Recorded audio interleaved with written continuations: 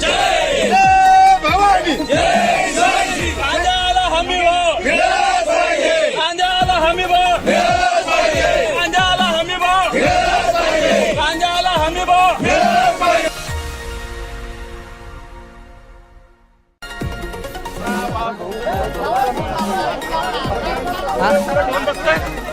म्हणून आम्ही रस्त्यावर उतरलेलो आहे.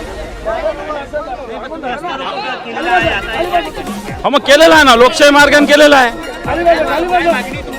कांद्याला भाव मिळाला पाहिजे, नाफेडनी ताबडतोब कांदा उत्पादक शेतकऱ्याचा कांदा खरेदी केला पाहिजे, अशा प्रकारची आमची मागणी आहे.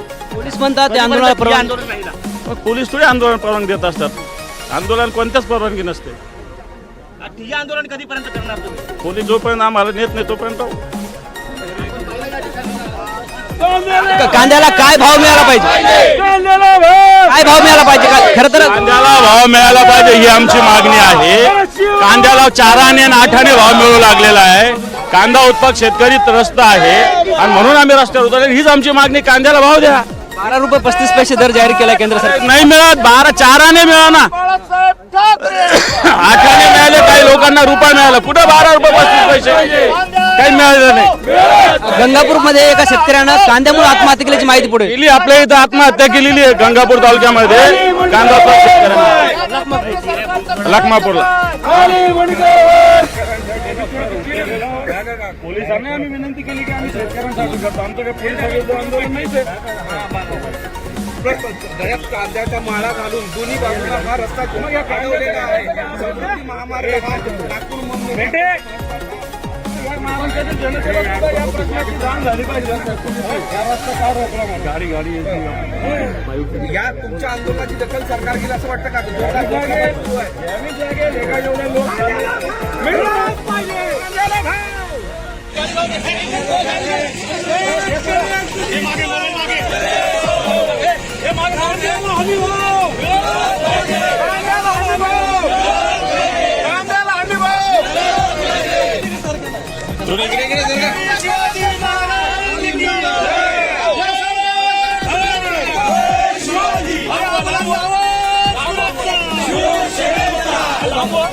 छत्रपती शिवाजी महाराज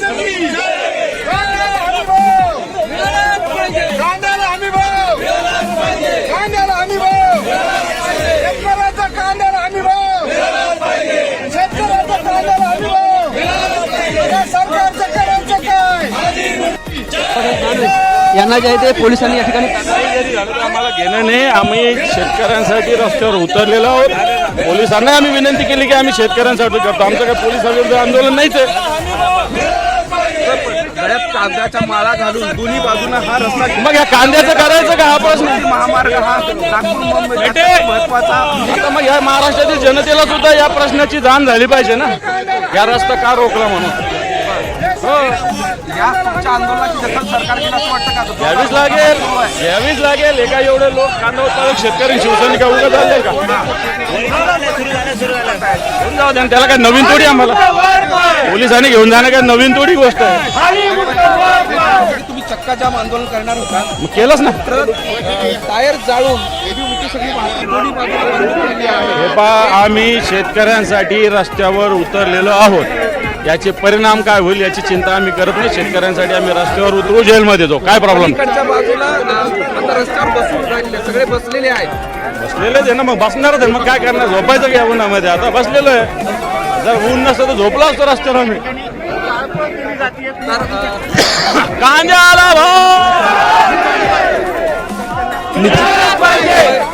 या ठिकाणी जे आहे ते कांद्याला भाव मिळालाच पाहिजे असं म्हणत अंबादास दानवे आक्रमक झाल्याचं चित्र आपल्याला पाहायला कांद्याला भाव अरे या सरकारचं करायचं काय?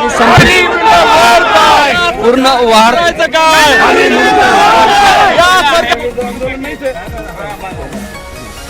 गळ्यात कांद्याचा माळा घालून दोन्ही बाजूला हा रस्ता काढवलेला आहे. महामार्ग हा नागपूर मुंबई महत्वाचा. महाराष्ट्रातील जनतेला सुद्धा या प्रश्नाची जाण झाली पाहिजे. या रस्ता का रोखला मग? गाडी या तुमच्या आंदोलनाची दखल सरकार घेईल असं वाटतं का? सुरू आहे. घ्यावीच लागेल. एका एवढे लोक पाहिजे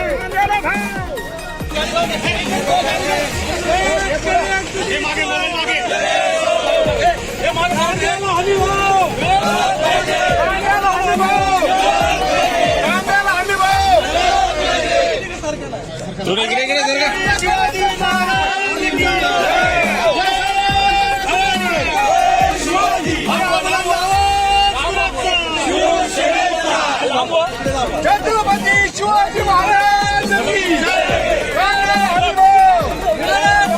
कांद्याला हमी भाव, कांद्याला हमी भाव, शेतकऱ्याचा कांद्याला हमी भाव, शेतकऱ्याचा कांद्याला हमी भाव, या सरकारचं करायचं काय? जय भवानी.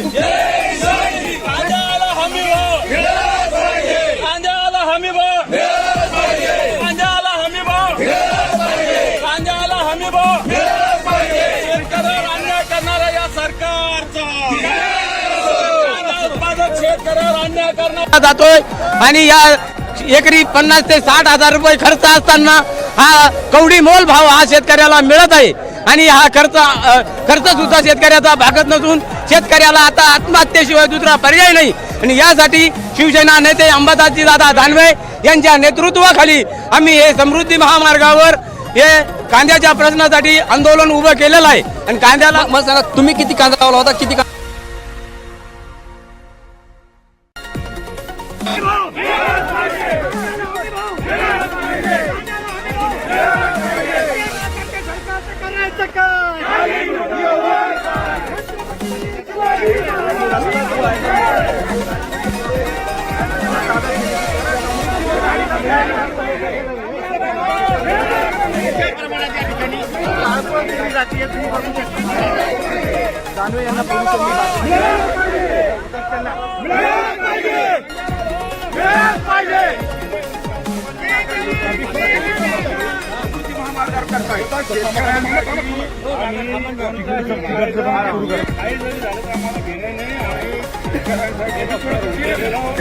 पोलिसांनी आम्ही विनंती केली की आम्ही शेतकऱ्यांसाठी करतो. आमच्याकडे पोलिसांचं आंदोलन नाहीच आहे.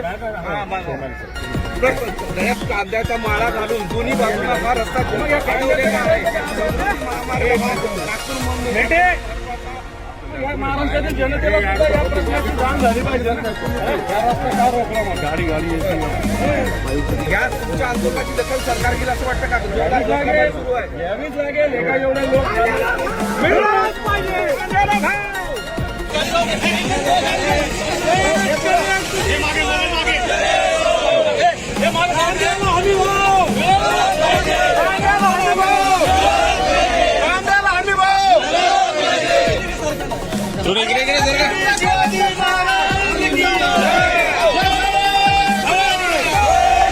तो रस्ता रोको झालेला आहे.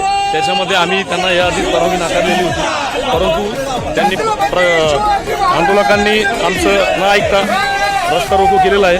तसे रस्त्यावर टायर वगैरे जाळले. त्या याच्यामध्ये आम्ही कायदेशीररित्या जो गुन्हा दाखल होतो त्याच्यामध्ये आम्ही गुन्हा दाखल करणार. आता सर्व परवानगी आम्ही याची परवानगी चक्काजामची दिलेली नाही आणि सदरचा जो महामार्ग आहे हा कंटिन्यू वाहणार आहे. लोकांची यामुळे अडचण निर्माण झाली, त्यामुळे आम्ही याच्यामध्ये गुन्हा दाखल करतो. आता आम्ही एक 20 ते 22 लोकांना ताब्यात घेतलेलं आहे. त्याच्यामध्ये आमदार साहेब आहेत व त्यांचे कार्यकर्ते आहेत, तसे एक पंचायत समिती मेंबर